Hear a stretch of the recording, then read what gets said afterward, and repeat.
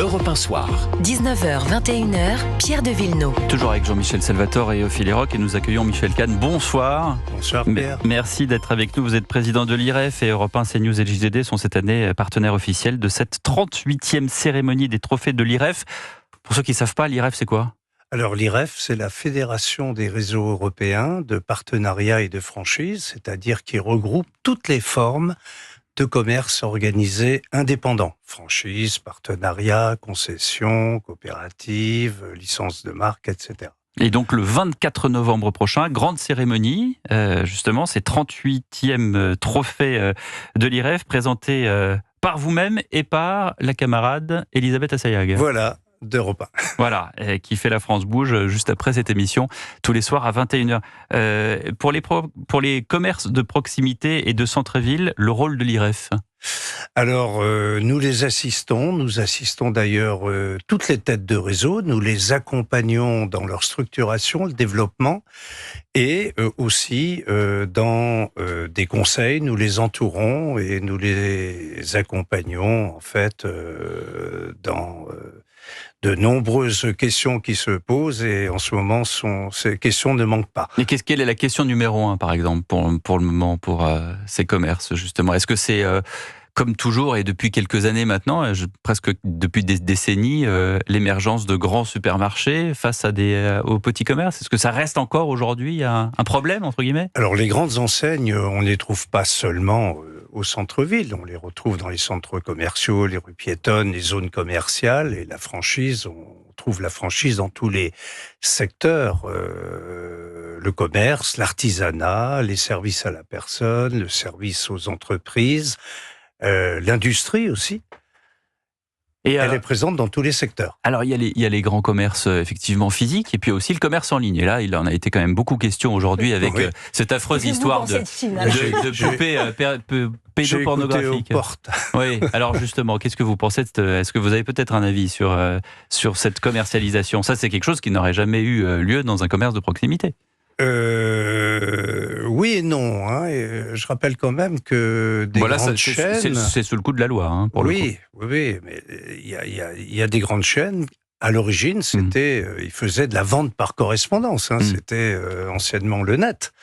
Et les réseaux se sont structurés, les réseaux sont entrés dans le phygital, c'est-à-dire dans les points de vente physiques et le digital, et aussi dans l'omnicanalité, parce que c'est la vraie question, elle est là.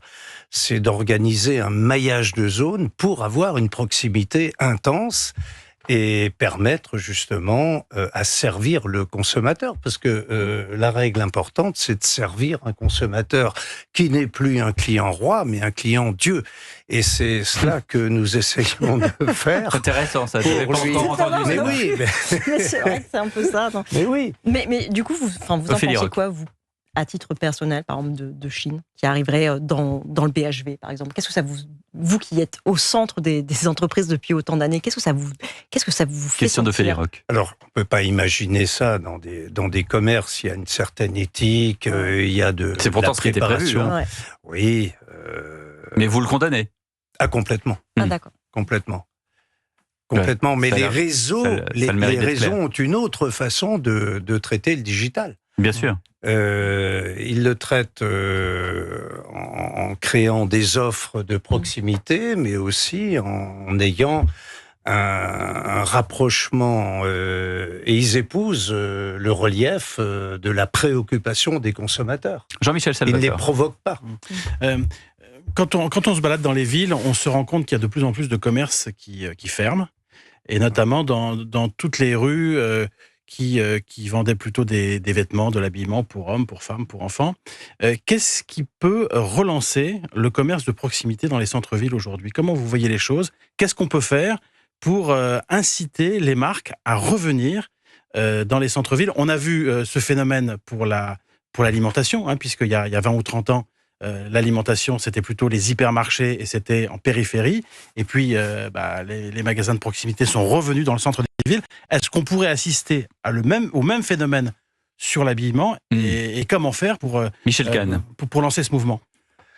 Alors, évidemment, les centres-villes, il faut redonner de l'activité, un peu comme les centres commerciaux, à un moment donné, souffraient, leur trafic baissait. Qu'est-ce qu'ils ont fait? Ils ont créé des animations, ils ont créé des lieux de vie. Le centre-ville doit être un lieu de vie, doit offrir aux consommateurs de l'étonnement, de l'émerveillement. Mais je croyais que les centres commerciaux, ils sont aussi un peu en déshérence, non? Aux États-Unis, ils le sont entièrement. Les malls, on a l'impression que ça fait plus rêver personne.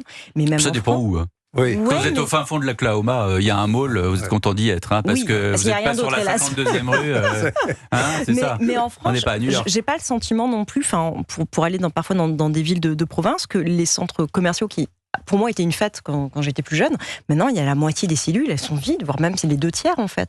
Vous avez l'impression que les centres commerciaux sont encore vivants en France? C'est le sentiment qu'au niveau des chiffres... Ça dépend où, peut-être. Ça dépend lesquels. Les centres commerciaux, il y en a qui marchent merveilleusement bien et d'autres moins bien. Alors pourquoi ils marchent moins bien? C'est parce qu'ils n'ont pas su créer et offrir de l'émerveillement à la clientèle, de la surprendre, d'avoir une proximité dans un lien humain, et l'humain est très important, et tout cela, c'est un vrai métier.